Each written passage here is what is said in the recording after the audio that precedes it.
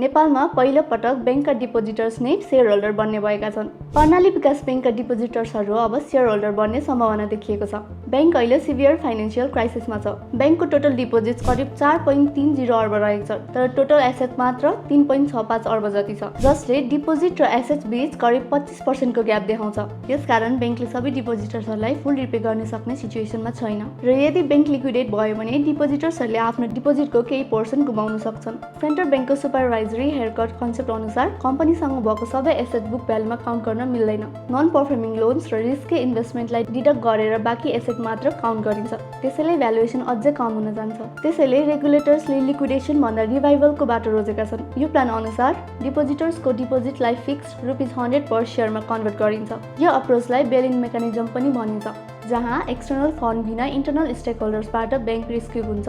Depositors जो share holders बन्ने छन् उनीहरूले इमिडिएटली आफ्नो पैसा पाउँदैनन्। बैंकले फ्युचरमा राम्रो पर्फर्म गर्यो भने मात्र फन्ड्स रिकभर हुन सक्छ र हालका स्टेक होल्डर्सको शेयर भ्यालु चाहिँ ₹100 बाट घटेर ₹1 मा झरेको छ, किनभने उनीहरू बोर्डको रोलमा हुँदै गर्दा यस्तो फ्रडहरू भएर बैंक प्रब्लमेटिकमा गएको हो। यो सबै एडजस्टमेन्ट पछि बैंकको करेन्ट क्यापिटल करिब 27 देखि 28 करोड मात्र हुन्छ, जबकि अपरेट गर्न अझै 4 अर्ब भन्दा बढी चाहिन्छ। यो ग्याप फिल गर्न डोमेस्टिक र फरेन इन्भेस्टरबाट क्यापिटल रेज गर्ने प्लान छ। यो सबै प्रोसेसको लागि 7 बाट अप्रुभल चाहिन्छ र नेपालमा यो मेकानिजम पहिलो पटक हुन लागेकोले यो प्लानमा केही चेन्जेस आउन सक्छ। यो अप्रोचले चाहिँ डिपोजिटर्स इमिडिएट लसबाट बचाउँदै बैंकलाई लङ टर्ममा रिस्टोर गर्न खोजेको देखिन्छ।